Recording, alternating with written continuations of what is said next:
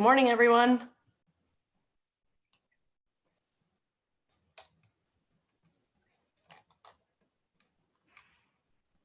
Good morning. Hi, Bill. How are you? Good. How are you? Good. Long time no see. Yeah, no kidding.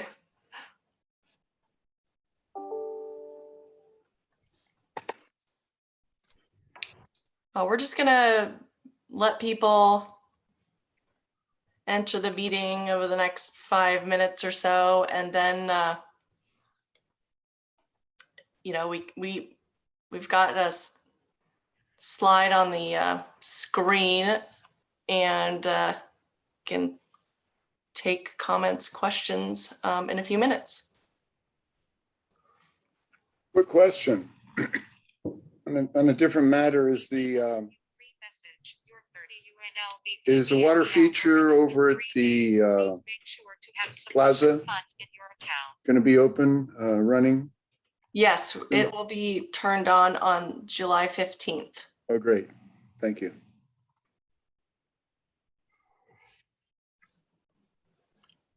We had some coordinating to do with the structures there at the town square,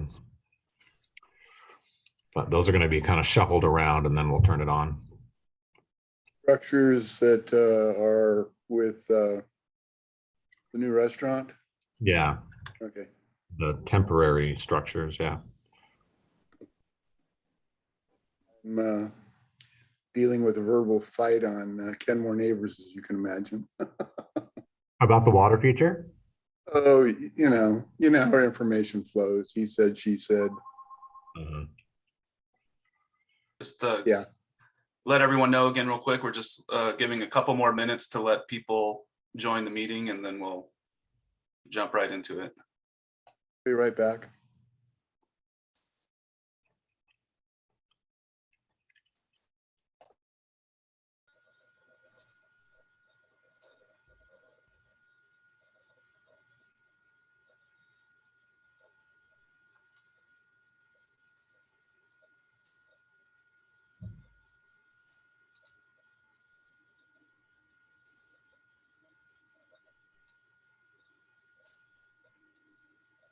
So, hey, Bill, Yeah. I think congratulations are in order, right? For next week? I hope you know about this. The McMasters? Yes. Right? Yes. Yeah, thank you. That's awesome. That came as a surprise. I wasn't surprised. Well, you thank you for that. A good fit for that. That's awesome. Yeah. So yeah, I'll be there. I'm looking forward to it. All right. Well, Jennifer, I think we've slowed down here on folks joining in, and we do have Ken in with us now. Did you want to start off with an introduction? Sure. So we're here today to talk about the public workshop site selection, and wanted to hear from the public, answer questions, comments, concerns, and we'll try to answer all your questions today. And if we can't answer them today, we'll take those down and be sure to get back to you with those answers. It looks like we've got one more coming in here. We've just got a regular kind of Zoom format here. And so I guess I see that Milton has his hand raised. That might be the easiest way, and we'll try to do those in order to keep everyone from talking over each other. So did you have anything to add? Yeah, I will kind of mute and unmute myself because I'm going to be typing and taking notes and writing down folks' comments. And I will try and keep an eye on the participant list there, Jen, for you. And I'll let you know when I see hands raised, which currently we have 2 hands raised, but I'll let you do your intro first. While I already did intro. Oh, or if you're done, then yeah, we had hand up with Milton first. Yeah, so And you can just mute and unmute yourself. So I guess just kind of the ground rules is just be respectful and allow everyone to speak, but you have the ability to mute and unmute yourself and speak when you're so ready. we'll go ahead and start with Milton Curtis. All right, can you hear me? Yes. All right, very good. Milton Curtis, I live at 6407 Northeast 202nd Street, Kenmore. And my property is actually right across the street from the one of the locations that the city's considering. And I was part of the subcommittee for the city council to look at options and try to be as objective as possible. So just a couple thoughts. Number one, we all know public works is really important and they need a location to do their work. Number two, we'd like that location to be as remote from high density areas as possible. So we'd like to avoid being really close to a lot of people. 202nd, I think, is a perfect location. The property's back up on the Kenmore Middle School. So on the one side, we don't have people living. And then we've got 202nd, just south of that. And then we have some big lots. So in the 2-acre range. So we have pretty low density in that area. And the amount of traffic from the public works would actually be probably less than the amount of traffic and noise that from the buses that go to the middle school. So I think for anybody who's concerned with the noise issue, it's already kind of baked into our neighborhood. We're used to the buses coming and going twice a day. So I think it's big enough. It's got the parking lot for the track and field that could probably be used for some kind of a joint use. It's seldom used except for Little League baseball games and when the middle school has big events like plays or special events. So I think it's a low volume road. And in fact, I would rather see a public works on that location than high density development. To see, I don't remember if it's 6 or 8 houses per acre, but I would much rather see a screened public works because you'd barely see it at all. So it would keep our area actually less developed than if a bunch of developments went on every single one of those lots. So I'll stop there and maybe after other people comment, I can add more. Thank you, Milton. Stacy, you have your hand up? Yes, good morning. I would like to state that again, Public Works looks fine and is not yet outgrown where it's being held now. I also think that the old fire station is the ideal location with the bays, with enough room, with enough parking, with enough area to where if you needed to expand, you were able to, and it would benefit the city a lot to have the location near the city hall in a mostly industrial area and close by. I don't know why they are determined to put it on 202nd Street. This is the second time that that push has been made to put it in a residential area, which is not a good fit. And I don't understand it.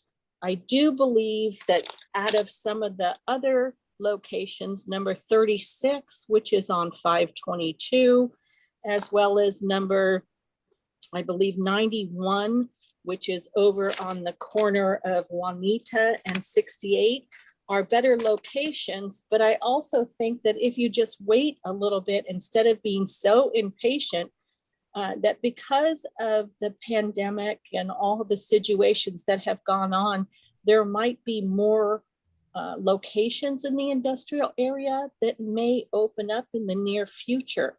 And I hate to see Public Works be in a residential location when the opportunity might just fall into the hands of the perfect location if you cannot deal with asking the Montessori school if they wouldn't mind selling that place back to the city, which would be a perfect fit, and see if they would relocate to a smaller location closer to one of the schools, which would benefit them and benefit the city. So I hope that it turns out to where there's a win-win situation instead of something that causes businesses to shut down or residents to have to deal with the noise and the chemicals and everything else.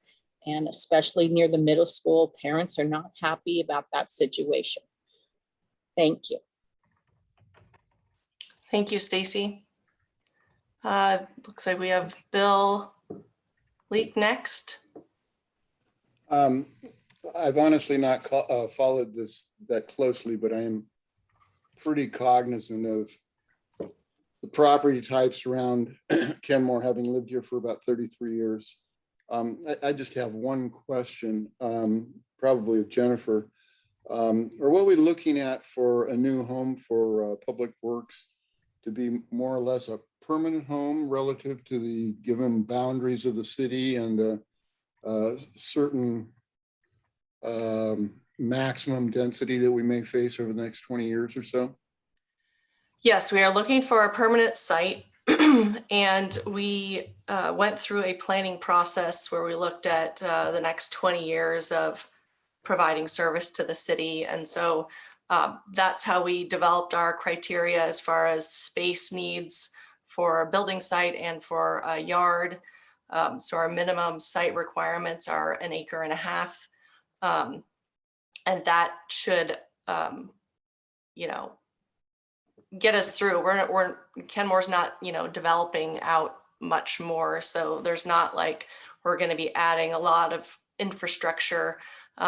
Sure, there'll be small plats here and there, roads added, but nothing significant in size that would require us to have a much larger site location. The other comments that I would make, living near Arrowhead Elementary School, we're obviously a city divided by the Sammamish River, and particularly now with all the construction that's going on, but long-term in a perfect world, centralized and down by the current industrial area would, in my mind, seem to be the most ideal place for location. But again, I haven't been following this, so I don't know what's been looked at down in that area, if there's any deals that could be made down there, but that's just my commentary. Thank you, Bill. I think that the desire would be to be as centrally located as possible, but given the size of Kenmore, really, I think that any location we can still, provide and respond to areas in the city in, a quick fashion.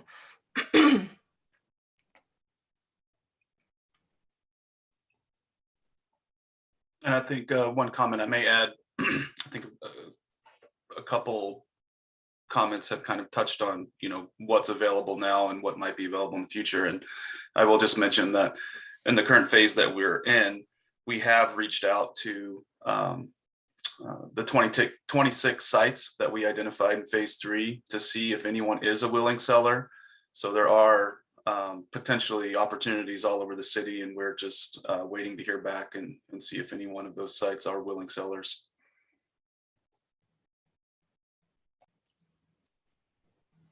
Bill, did you have another comment?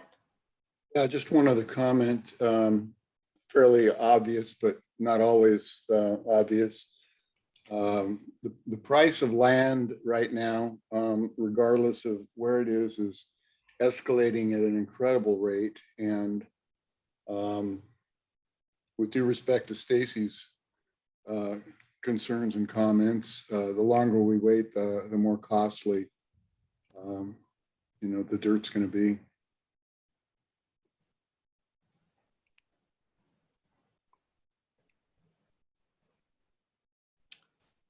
I think Milton and then Stacy. So a couple thoughts. When I originally was part of just locating the public works in a temporary location on 522, it was really clear to me that was not going to be its long-term permanent location. 522 should be used for much better uses. Plus, it's pretty inefficient to have two locations to run your business out of. So we had to split it up into the 522 and then the old post office, just because we had no other options. So I think to have a long-term plan that's good for 20 years or more, all in one location, is going to be more efficient. Also, I agree, the price of property is never going to go down. And if we have willing sellers on the properties required, I think that's much better than forcing the Montessori folks to sell their property. Thank you. Hey, Stacy? I'd like to know if you even contacted the Montessori school and inquired with them if they would be willing to relocate possibly closer to a more residential area so that they are closer to possibly one of the schools, which would benefit them greatly, because then it would be like a little neighborhood school area instead of them being at the edge of the industrial area. The other benefits is that that location is close to City Hall, as is the industrial areas are closer to City Hall for the workers. I also think that because we're still just coming out of the pandemic, that a lot of businesses may be suffering and may have to downsize really soon here. And I know that that might affect it. And then the other thing, out of the 26 sites, that's where I'm getting these numbers. Number 91 would be where the limousine service is over there at that corner of Juanita and 68th. So that's people that couldn't find, like I couldn't find the list of 26 because it's under phase 3 instead of at the area where you're mentioning that we're going to phase 4. The other one is, let's see, number 91, and the other one I think is number 36, which is 7018, 7110, and 7112 Bothell Highway, which is, I believe the Bank of America is in one of those, as well as a couple other buildings off 522. And I agree, 522 is not ideal. And it would be great if we could get mixed business use down there and attract people to come and shop, as well as have shops that we can use, because a lot of us have to go to Lake Forest Park or to Bothell and spend our money there, because Kenmore does not have a lot of the places that we need for everyday life. But rather than it be to where it's in a residential area or having to push somebody out of their business, that's why I'm trying to suggest that talk to the Montessori school and see if they would be interested in relocating, because that is not an ideal property right there near the park and ride for all the cars going by to where the children can play. Also, chemicals were used there in the past, being that it was a fire department. So it might be a win-win situation if they're relocated to a better area where they would get increased business as well, because if they're near a middle school, they're going to get a lot of the children that their siblings are in the middle school. So their business would likely increase if they're in a better area too, I would think. Just throwing that out there because it is an ideal building and it is an ideal location. Plus it's right in the size and it's proximity to City Hall, where the workers go up and down, I'm sure, to service that whole area in there, since that's your biggest service area, I would think. The hangar, the town square, all the parking there, and going up and down Main Street is where we see Public Works working most of the time. It's also in a good proximity to most of the parks in the area as well, which is your other big service area. And then when it comes to the winter for plowing, the main artery over in this area is right in that location too. It's so sad that the city doesn't own that, but I'd also inquired, I understand the city owns several other properties. And I wonder why those properties, there's not one of those that can be used, or that might be something that could be, offered to the Montessori school to see if one of those properties works for them better. That might be an ideal situation too. I hope you have talked to them and at least consider, because this would be an ideal. It has so much parking for the workers as for the trucks, and just hits so many of the boxes. Thank you. So I did want to comment on that, Stacy. There had been some conversations with the Montessori early on. And it's our understanding that the Montessori is not interested in selling, and they're actually expanding their operations. Thank you. We have a hand up with Bill, or did I just forget to take your hand down last time? No, I just wanted to weigh in. I think Stacy's comments about the Montessori school at the old fire station are valid, but that's useful information that Jennifer just gave us.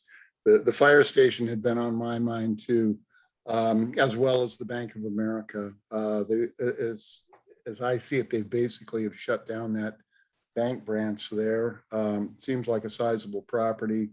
My wife has need of making deposits to a Bank of America, and her only option is outside of Kenmore. So I don't know what their long-term plans are, but if the parking area and the size of the lot and the building could be useful, it might be worth taking another look at if you haven't already. They are one of the phase 3 properties that we've identified, and we have reached out to them asking about their plans, or if they'd be willing to sell or speak with the city. So we're just waiting. Great. Milton? So a couple thoughts. I've talked to the Bank of America folks as well recently. It sounds like they're planning on opening the bank back up. It was closed because of coronavirus, as was the Lake Forest Park branch. In the past, the Kenmore branch of Bank of America has actually been one of their most successful branches. Apparently we have enough money in Kenmore to keep them, to make the powers that be happy. So I think they'll be opening back up, but you'll follow up on that.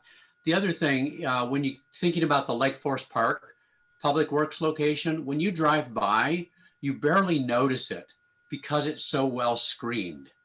And I think that's important. If we put the right amount of screening along 202nd, people just driving by will barely know that there's a public work location there.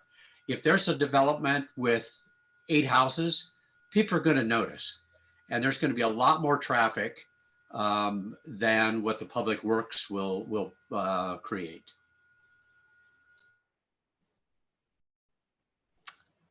Looks like Elizabeth. I'm sorry, you're still on mute. Okay, thank you. I'm Elizabeth Berg. I live at 6730 Northeast 202nd. I was involved 3 years ago when the city originally tried to locate the Public Works shop on 202nd in a different lot. So I was rather surprised to see that the city has again narrowed it down to 202nd Street. I wanted to address what Milton just said. It's not the appearance of the shop that I think is, disturbing to some of the neighbors. It's the amount of traffic, it's the noise. It's not the site itself or the site of the site of the shop. It's the everything else that comes along with it. The trucks going in and out all day, because that's what Public Works is, right? They're going to be in and out of that site all day long. The workers will be coming in the morning, leaving at night. It's It's a place of, you know, where employees are going in and out of all day long. So that's more of the issues, that we're bringing increased traffic, increased noise to a residential area that isn't, you know, set up for that. And yeah, as you mentioned, the lots are bigger here. We live on an acre. A lot of our neighbors around here have bigger lots, and we purposely bought that because we want the peace and quiet. We want the separation. And something like this, like the Public Works shop, belongs in an industrial and commercial area. It does not belong in a residential neighborhood. And so that's why we were surprised when we saw that we're at this phase again, where the three sites are again located in a quiet residential area. To Stacy's point, again, we raised that issue 3 years ago, like go use the old firehouse. And I know in those 3 years that the city approached eminent domain with a place down in the industrial area. And I guess my question is, why didn't we try to use eminent domain with the fire station that was already so much more set up for what Public Works needs? I just feel like we're still trying to fit a square peg into a round hole, and it's just frustrating to see this approach happening again. So those are just my thoughts. And why aren't we pursuing eminent? Really, I guess my question is, why aren't we pursuing eminent domain with the old firehouse? Because in hindsight, right, 2020 never should have been sold. We should be in that building. We should be using it as a city. And why not go back and correct our mistakes from the past instead of furthering them? That's all. It looks like Stacy's up, but I did want to comment on some of Elizabeth's concerns. So the fire district is not part of the city. So we belong to the North Shore Fire District, which is a combination of Lake Forest Park and Kenmore. So the fire department is actually a fire district, and it's not, you know, part of the city. So the city didn't own the fire district building prior to the Montessori going in. The other thing I wanted to talk a little bit about is the, you know, operations and the day-to-day activities that would be going on the site. We're a very small group of people. We've got, you know, 5 folks that are on our streets and stormwater maintenance team, and we've got 1.5 that are on our parks team. And so our staff is very small. We're not a full service city. We provide services in the parks maintenance and streets and stormwater. So, you know, in the parks, we're talking about, you know, the typical parks type maintenance, opening restrooms, cleaning the facilities, mowing, weeding, you know, weed eating, that kind of activity, irrigation, playgrounds inspections, and those kinds of things. The crew that goes out and maintains parks on a daily basis is typically goes out in the morning, returns for lunch, and goes back out. There's not a lot of time spent at the shop, so there's only a couple of, you know, trips to and from with the parks maintenance. With the streets maintenance, streets and surface water maintenance, that's a combination of you know, a roadway maintenance, a lot of vegetation maintenance, you know, potholes, handrails, that kind of, you know, sidewalk maintenance. We do contract a lot still with King County to perform our street sign maintenance, our striping. And so things that take like really large vehicles and equipment are not operating out of, you know, our site. Those are straight from King County's public works sites. And then on the surface water maintenance side of things, they're, you know, repairing catch basins, culverts, pipes, replacement, those types of activities. But again, the bulk of our work is in the field. And so we're not spending a ton of time at the, you know, shop performing a lot of noisy type of activities. You know, the crew would be going back to the shop to get materials if they, you know, were working on a project and needed, you know, more gravel or had other, you know, materials that they needed to go back to the shop for. But for the most part, the work itself is done outside of the yard. The times that there could be, you know, increased traffic and trips would most likely be during the times of inclement weather. So with snow and ice control, there would be, you know, going back to get de-icer or sand, salt, those kinds of materials to spread on the road. And then, you know, during those operations, we are operating 24/7. So we are, you know, going and getting those supplies throughout the night. That would be a time, but still it's going in, getting the supplies, getting the materials, and then leaving the site. And then maybe some other inclement weather where we have, you know, severe windstorms or severe flooding, that we would have people be coming to the site to report to work, but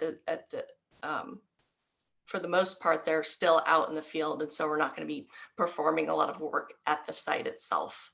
So I hope that provides a little bit of clarification on what types of activities that would be happening at the site itself.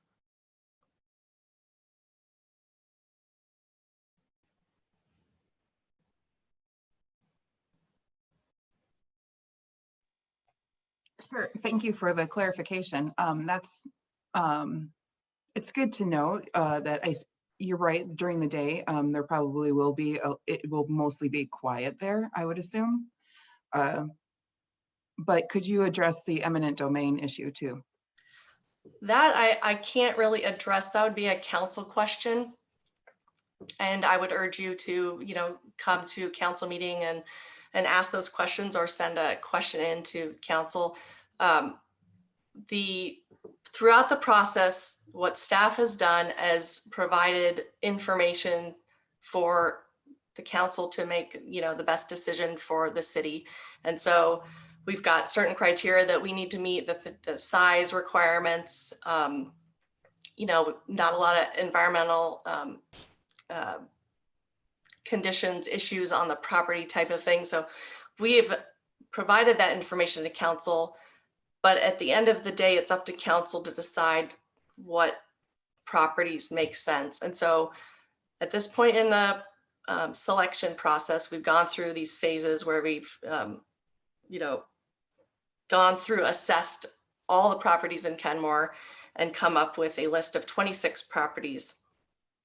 Now, parallel to that process, there became a property that was offered for sale on 202nd. And that is one of the properties we are in a purchase and sale agreement with currently. But the idea was that we didn't want to stop our process at the same time. So we're kind of on this parallel process of going down the route of purchase and sale potentially, and then going through the phase as we had planned to go through the phases. And so, you know, now we are to the 26th. The nice thing about it is these properties that are for sale are in our 26. So they kind of are, you know, we're not trying to like go around the process. We're trying to stick to the process, and it just is a bonus that they actually end up being, you know, on the list. And so for the next phase is for the council to hear from the property owners if they're willing sellers or not, to review those properties and have conversations about it. If we don't have any willing sellers at the end of phase 4 is when we get to, you know, the top 10, 12 properties where the council, if you'll see on the website, I don't know if Richard, you can bring it up if you want, that the phase 5 has a lot of criteria up for discussion. And so it will be up to the council to decide what they think is the right move for the city. If I could just add a quick comment to kind of get back directly to the question. The first property that was on 202nd was more of an opportunity. We had a willing seller with a potentially viable property. So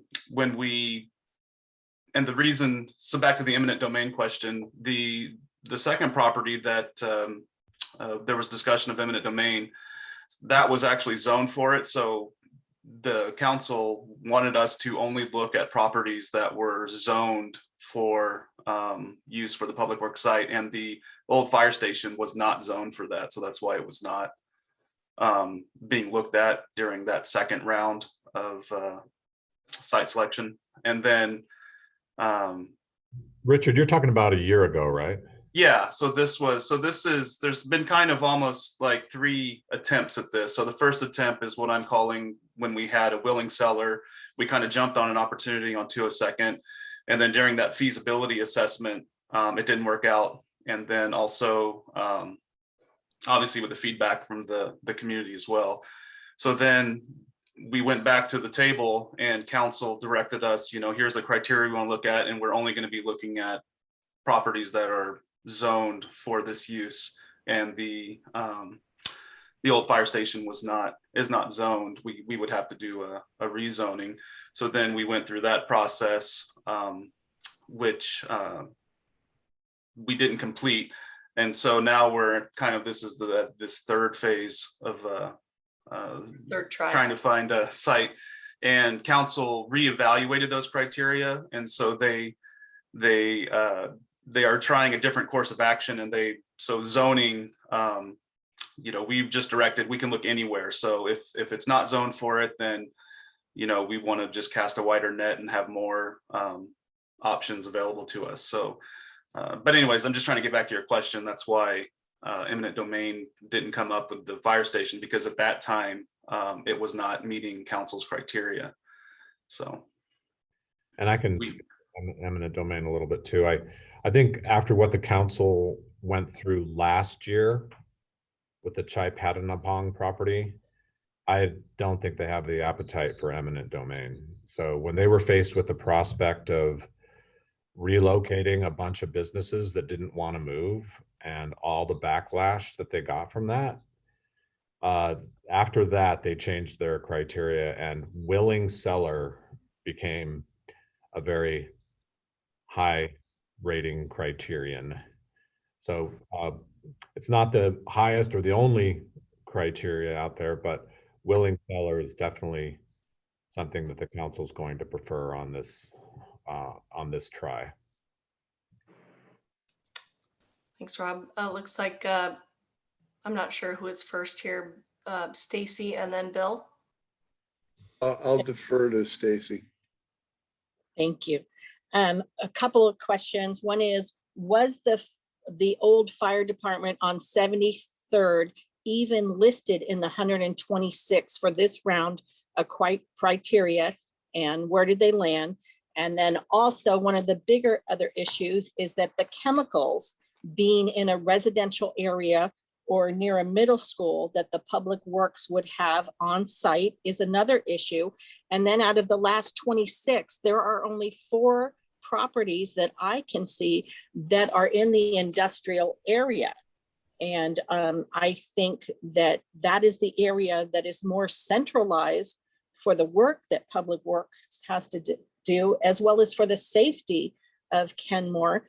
I also think that putting this public works in the residential area on 202nd is as bad as putting it in the old annex fire station way up on the hill, because it would be away from the downtown area, as well as it would be in residential. This is an industrial site, and it should stay in the industrial area or as close to as possible where there's businesses, and still stay close to City Hall, because it is an extension of City Hall. So I hope that, we go in that direction and eliminate the residential areas as much as possible, especially most of them that list that there is quite a few, or it's surrounded by residential area. I think the only other property that I saw that was in a residential area that looked like it might be a good site was the city church on 80th and 192nd. But, because it is so large and there's not as many residents, they're only, there's less residents because the other side is also a property of Kenmore, but also the Brighton, I think it's Brighton area. That's also a site that is a possibility if you want to put up a screening and nobody really sees that Public Works is over there. I think that would be another area to look at. Thank you. Thank you, Stacy. Bill? I'm good. Milton? So it's about 1 mile from here to downtown, and I can drive that in about 2 minutes. So the distance, but the difference between being downtown and being here at the north end of the city is fairly insignificant for a city that's only 6 square miles.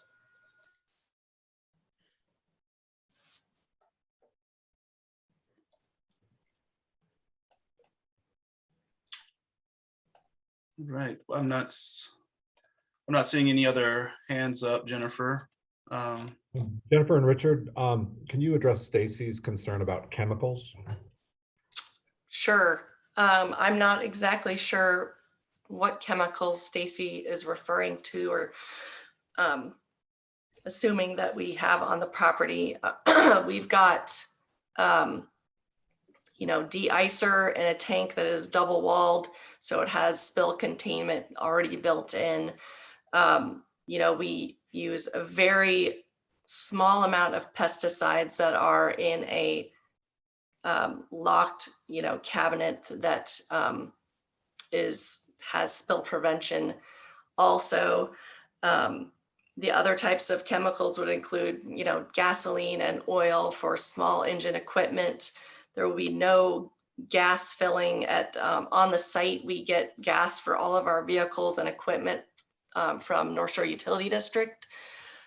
So I guess I'm not sure exactly what chemicals Stacy's referring to.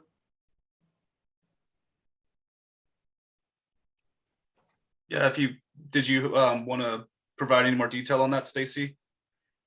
Or let us know what chemicals are you concerned about? Thank you, Richard. Those are the ones that I'm concerned about. The gas, the de-icer, the tank, as well as pesticides that are used continually, and how large of a tank and how large amount of the pesticides, because that being close to a middle school or any school, whether it's elementary or middle school, and having a problem with, those kind of things being exposed to families is not a good thing. But it still comes down to that Public Works should be in an industrial area or close to it, where it's away from the residents, away from children. So I really do hope you stay away from the residents. They spoke loud a couple years ago, and they will, I'm sure, and are starting to speak loud again, because it's not a right fit. And I think that the right fit will be here. It's already here with the old fire station, and that's too sad that Montessori, something couldn't be reached in that direction. But I do hope that the next one would be the Bank of America, or something on Juanita and right there at 68, because that would be another win-win situation over in that area, because it is industrial. And I hope that the city takes it seriously to stay away from all the residents and stick to an area that's close to City Hall, close to the downtown corridor, and close to industrial area. Thank you. Bill, looks like you have your hand up. Yeah, I sort of understand where Elizabeth and Stacy are coming from. I think maybe one of the things that wasn't spoken, or at least I didn't hear, was asphalt, how much of that and what that looks like in terms of how it's contained, how much is on the Public Works side at any given point in time. And that may be not at all. I mean, it may be directly from the source to where it's going to be needed. But I think it would be useful if you haven't done it, and it could be, if it could be done, least cost is kind of compute maybe over the course of the year, what kind of traffic in and out with trucks, smaller vehicles might likely be the case, and then quantify the material type of usage, the chemicals and whatnot. You may surprise yourself if you haven't done that. And contrary, the public may be surprised at what little concern there may be. That's just my suggestion. Milton? When you're doing that, I think it would also be useful to compare what would the traffic be if those 3 lots were developed with houses. So if there's 6 houses per acre and you have 3 lots, how much traffic is that going to generate compared to what the public works will generate? I believe the short plat on the property adjacent to the school access road was 8 homes to go on that property. And I believe the 2 other properties are about the same size. So I think you could expect there, if it was residential, it could be, 16 homes. We have done a little bit of that analysis, Bill and Stacy. I think that we can definitely do a little bit more and provide that information to everybody. I do want to comment on the asphalt. We don't have asphalt on the site. We don't store asphalt on the site. We just don't have the equipment to be able to do that. So we're not, maybe a Snohomish County, King County type of sites would be able to do that kind of work, but we get the asphalt fresh from the down at the asphalt plant and lay that asphalt that day. We don't keep asphalt. The only asphalt product that we would keep on site is basically bagged or bulk cold patch mix. And then one thing I might add too, just kind of in the topic of the residential areas, is that when we were evaluating properties, some of the criteria, we were considering the proximity and the ability to buffer, not just residential, but just any property. And so if there were properties that just had no capacity to, if we were going to have to be 5 feet away from existing residential, those got filtered out. So the residential properties that are left do have capacity for more buffering. It might not be to the extent that residents are comfortable with, and that's, we're here taking those comments. But for instance, the 202nd property that we're looking at feasibility right now is really situated nicely to where we're not going to be directly next to any residential properties. The school's to the north, which is a public zone property. And then their property actually wraps around on the west side, and then we'll have ample opportunity to provide a lot of buffer to the east neighbor, and then we have the street to the south. So even with these residential properties, that is still being looked at, and council is considering those factors too. And that is, I would add that is a very important factor as part of the conversation. Let's see, I think Katrina, we haven't heard from you yet, and you have your hand up. Then Bill, and then Milton.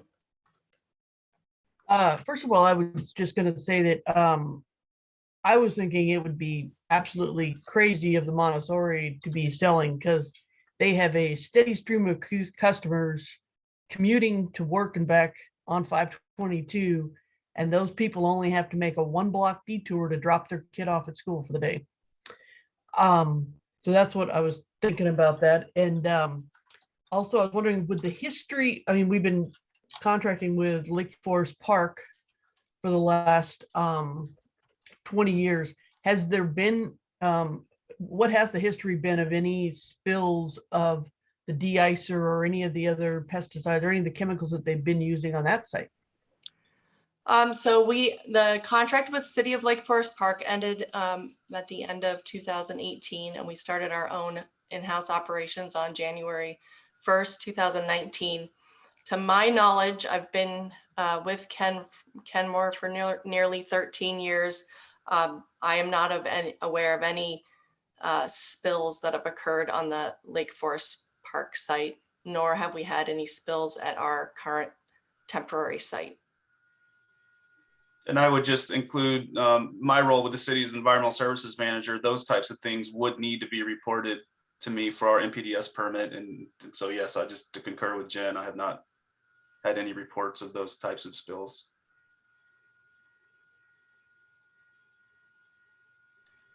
Bill? Yeah, I think lastly, what I have to offer, it's an observation, having been retired now for 2 years. I live in a community of 58 homes, one way in, one way out, next to Arrowhead Elementary School. And Amazon has created quite a dynamic. I'm seeing a lot more large vehicle traffic in through my neighborhood. Some of it is just fine. Others, for a 25-mile-an-hour speed zone, it's not being observed by some of those drivers. I think in the grand scheme of things, I'd be happier with a good neighbor, even if it's light commercial, somebody I could go over and talk to and work out some issues with, than facing another 8 to 16 homes or whatever 202nd might ultimately have, with the traffic that's generated by the people that live there, as well as the most likely continued growth of Amazon.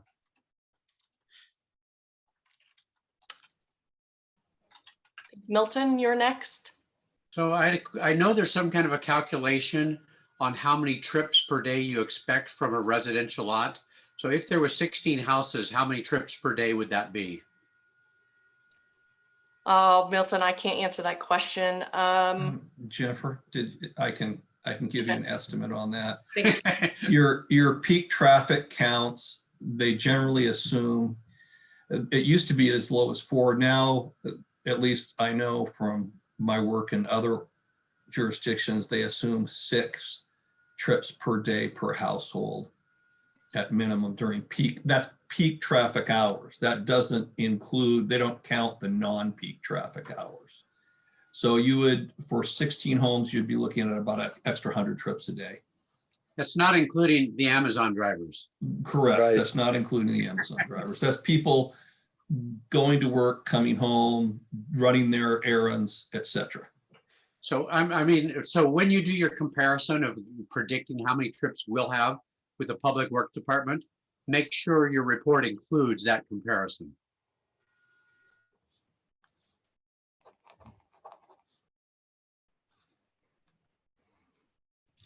Rob?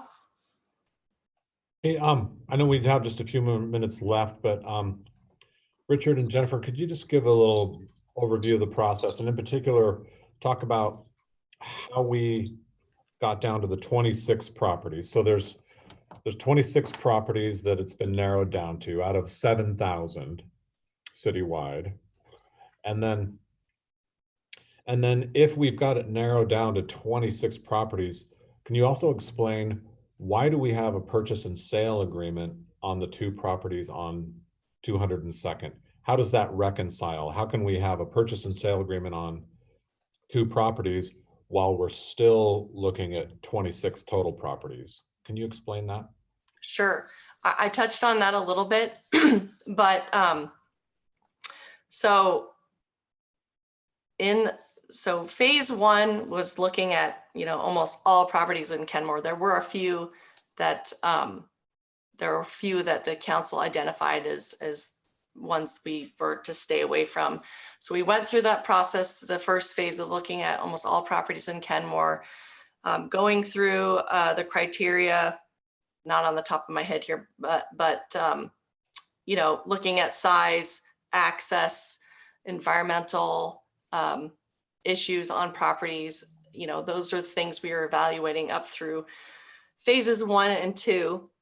I can drag that over here, Jen. Oh, perfect, perfect. That's a little small. I don't think I can read it. I can, And so the other item that we looked at was cost. And so, you know, the assessors, you know, cost estimates aren't the best, but we had to use something that was, you know, uniform throughout. So that is the information that we use to look at the cost. And so we know that that is likely not even going to cover the cost. Those aren't going to be the true cost, but we had to use something. So cost was definitely a factor, and that's how we weeded through a lot of the possibilities of properties. Getting through phase 3, we really dove a little bit deeper into the environmental issues on those properties. And so we came up with that list of 26. Right when we were getting through that process, right when we were getting through to phase 3 with developing this 26 properties list, a property on 202nd came on the market for sale. And so knowing that this has been a very difficult process and trying to find the right, you know, the right fit for not only our operation, but for the city, and trying to be, you know, the best neighbor that we can be. This property came up for sale. It was on the list of 26. And knowing the real estate market right now going quickly, we jumped on the chance to look at the feasibility. So the purchase and sale agreement of these properties that we have on 202nd is really, it's a time for us to look and see if these properties will work for our operation. It's a time to evaluate and assess. So it's kind of taking the next step, a deeper dive into looking at those properties, because at this point in time, we're just doing a desktop analysis. So we're looking high level, you know, things that we can see from looking at the map, like the topo and the, you know, the access, the environmental issues that we know, you know, are there streams, or are there wetlands, you know, all those kinds of things that are known to us that we know, so we can easily kind of remove those from the list. And so now we're looking at those properties to assess them further, to find out if they are going to be feasible. But we didn't want to abandon the process that we are already going on. So that's why I know it's kind of confusing and seems odd, but we're looking at it as a parallel process. And the fact that we've got willing sellers is very appealing to the council, to us and the council. You know, we want to just make sure that we're looking at all the properties and not just say, oh, well, we found these properties are on the market, we're just going to go for that. No, we're going to look and see if they're feasible, but at the same time, we're just following our process. We're going through the process that we had intended to from the beginning. Rob, did you have anything else to add to that? Oh, and so one of the things we did is we sent letters to the 26 property owners, and we said, hey, are you a willing seller? And if you are, will you let us know? And from my understanding, we've heard from one property on Bothell Way. They're saying that they may be willing to sell, but that property, I understand, is too small. So out of the 26 properties, we've heard from one on Bothell Way that might be willing to sell. And of course, we've heard obviously from the 2 on 202nd. Well, and just a minor clarification, Rob, too. It's 26 sites, but some of those sites are made of, you know, 2 properties. So there's more than 26 properties. So as Rob mentioned, the one we've heard back from, it would require 2 willing sellers because it's part of 2 properties. So, but yeah, that is the only one we've heard back from so far, was one of the property owners of a combo of 2 properties that would be needed.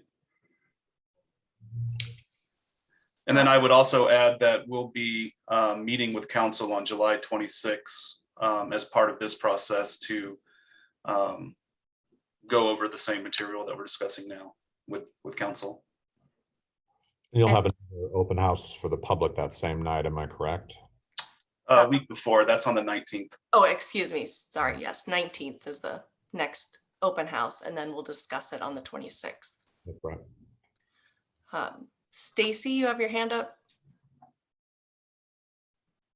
Yeah, I just wanted to ask, there's also a lot for sale on the opposite side of the old fire station.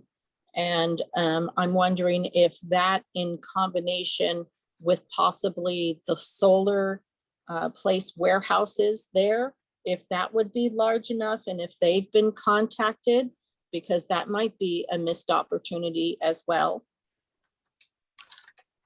I'm not sure which properties you're referring to. Part of the criteria was that we were looking at combinations of two properties or less. So if it was a combination of more than two properties, they did not make the cut.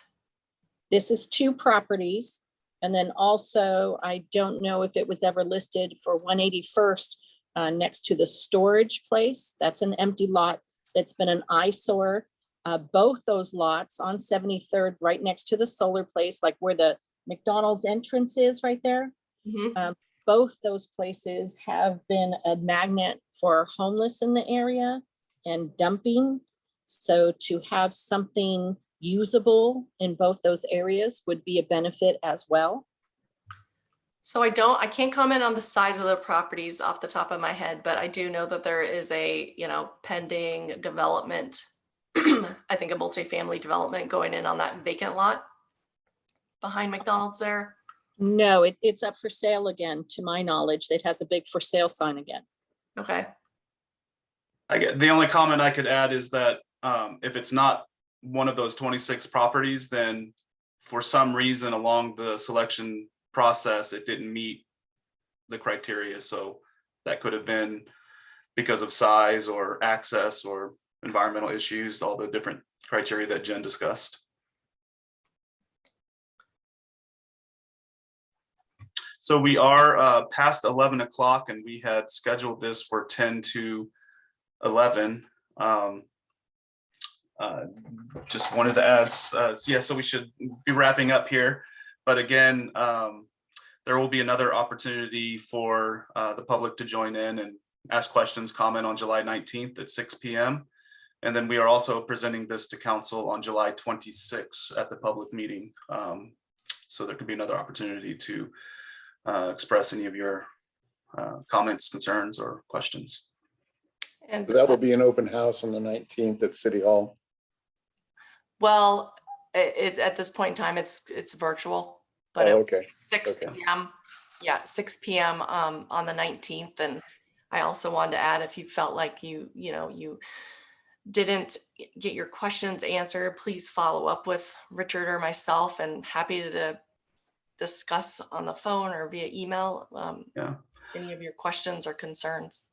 And this website address that I have posted on the slide here, you can find links to all the criteria that were used. It has maps of kind of each phase showing the properties, and then on phase 3, there's a link that shows actual property details for those 26 sites that we did select. So you can pull those up and get more detail on all 26 of those sites.